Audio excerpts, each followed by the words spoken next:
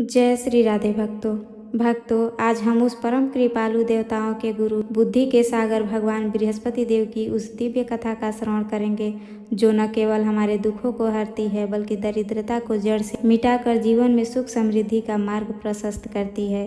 अक्सर हम जीवन में मेहनत तो बहुत करते हैं पर फल नहीं मिलता। कभी घर में कलह होती है तो कभी धन टिकता नहीं। शास्त्र कहते हैं कि जिस पर गुरुदेव बृहस्पति की कृपा हो जाए उसके जीवन से अंधकार वैसे ही छट जाता है जैसे सूर्य के उदय होने से रात्रि का अंधेरा। आज की यह कथा एक निर्धन ब्राह्मण और उसकी अलौकिक पुत्री की है। यह कथा हमें सिखाती है कि भाग्य कैसे बदलता है और भक्ति में कितनी शक्ति होती है। तो आइए हृदय में भगवान विष्णु और गुरुदेव का ध्यान करते हुए इस अमृतमयी कथा की यात्रा शुरू करते हैं। तो बोलिए श्री बृहस्पति देव की जय। प्राचीन समय की बात है, एक सुंदर सा गांव था जहां एक ब्राह्मण अपनी पत्नी के साथ रहता था।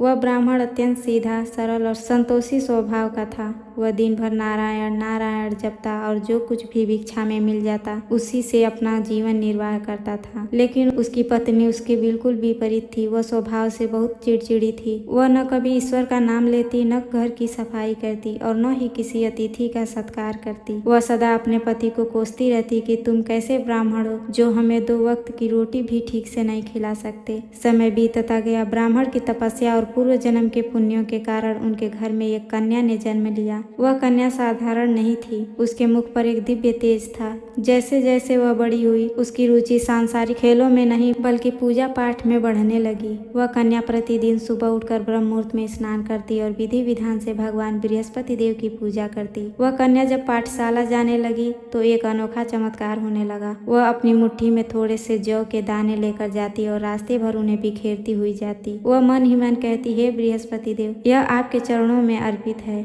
जब वह शाम को पाठशाला से लौटती तो वे बिखरते हुए जौ के दाने शुद्ध सोने में बदल जाते थे। वह कन्या झुक झुक कर उन सोने के दानों को बटोरती और अपनी झोली में भरकर घर लाती। एक दिन उसने अपनी माँ को वे सोने के दाने दिए और कहा, माँ देखो भगवान ने हमारे लिए क्या भेजा है। लेकिन उसकी माँ इतनी अज्ञानी थी कि उसने उन्हें कूड़ा समझकर घर के एक अंधेरे कोने में फेंक दिया। कन्या चुप रही। उसने विरोध नहीं किया क्योंकि वह जानती थी कि समय आने पर भगवान स्वयं बुद्धि देंगे। धीरे धीरे वह कोना सोने से भर गया। एक दिन कन्या ने अपनी माँ से कहा, माँ हमारे पास इतना सोना इकट्ठा हो गया है कि इसे साफ करने के लिए एक सूप की जरूरत है। आप पड़ोसिन से मांग लाइए। माँ जब पड़ोसिन के पास गई तो पड़ोसिन को बड़ा आश्चर्य हुआ। उसने सोचा इनके घर में खाने को दाना नहीं है, ये सूप का क्या करेंगी। ईर्ष्या और कौतूहलवश पड़ोसिन ने सूप के नीचे थोड़ा सा गोंद लगा दिया। जब सूप वापस आया तो उसमें सोने का एक कण चिपका हुआ था। पड़ोसिन के होश उड़ गए। उसने पूरे गाँव में खबर फैला दी कि ब्राह्मण के घर में तो लक्ष्मी बरस रही है।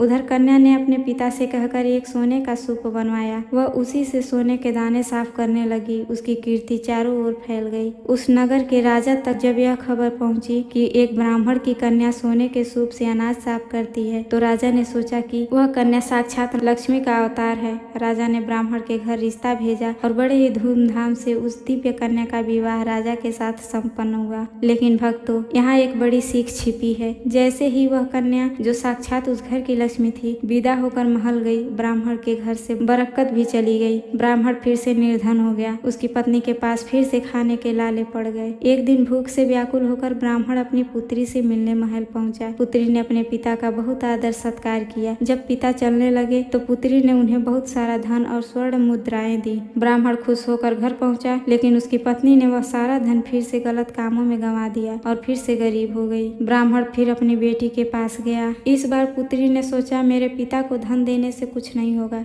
जब तक मेरी माँ के विचार और कर्म नहीं बदलेंगे। उसने अपने पिता से कहा, पिताजी आप माँ को भी यहाँ ले आइए। जब ब्राह्मण की पत्नी महल आई तो पुत्री ने उसे पास बिठाकर समझाया, माँ यह गरीबी और दुख तुम्हारे कर्मों और आलस्य के कारण है। जो स्त्री भगवान का नाम नहीं लेती, जो स्वच्छता नहीं रखती, उसके घर में दरिद्रता का वास होता है। यदि तुम सुख चाहती हो तो प्रत्येक गुरुवार को बृहस्पतिवार का व्रत करो। पुत्री ने उसे पूरी विधि बताई। पीले वस्त्र पहनना, चने की दाल और गुड़ से भगवान की पूजा करना, केले के वृक्ष को जल चढ़ाना और उस दिन नमक का सेवन बिल्कुल न करना। माँ ने अपनी पुत्री की बात मान ली। पहले गुरुवार को जब उसने व्रत रखा तो उसे बड़ी शांति महसूस हुई। दूसरे गुरुवार तक उसके मन से क्रोध और आलस्य चला गया। देखते ही देखते ब्राह्मण का घर फिर से धन धान्य से भर गया। उसकी पत्नी एक साध्वी स्त्री की तरह रहने लगी। भगवान बृहस्पति देव की कृपा से उनका बुढ़ापा सुख से बीता और अंत में उन्हें मोक्ष की प्राप्ति हुई। भक्तों, इस कथा का सार बहुत गहरा है। स्वच्छता ही लक्ष्मी है। जहाँ सफाई और शुद्धि होती है वहीं ईश्वर निवास करते हैं। जैसे उस कन्या ने अपनी माँ की मूर्खता पर धैर्य रखा, वैसे ही हमें भी कठिन समय में शांत रहना चाहिए। यह व्रत केवल धन के लिए नहीं बल्कि बुद्धि की शुद्धि के लिए भी है। गुरुवार को कभी भी सिर न धोएं, कपड़े न धोएं और न ही घर में पोछा लगाएं। पीले रंग के फल, फूल और वस्त्रों का प्रयोग करें। केले के वृक्ष की पूजा करें, लेकिन उस दिन केला न खाएं। तो भक्तों, यह थी श्री बृहस्पतिवार व्रत की वह दिव्य कथा जो युगों युगों से भक्तों का कल्याण करती आई है। जो भी मनुष्य इस कथा को प्रेम पूर्वक पढ़ता या सुनता है, उसके घर के भंडार हमेशा भरे रहते हैं और उसकी बुद्धि सात्विक हो जाती है। तो प्रेम से बोलिए बृहस्पति देव की जय, श्री लक्ष्मी नारायण भगवान की जय। आशा है कि आज की यह कथा आपके जीवन में एक नई ऊर्जा और सुख लेकर आएगी। अगर आपको यह कथा अच्छी लगी हो तो वीडियो को लाइक करें, शेयर करें और चैनल को सब्सक्राइब करना न भूलें। मिलते हैं अगली वीडियो में, तब तक के लिए धन्यवाद।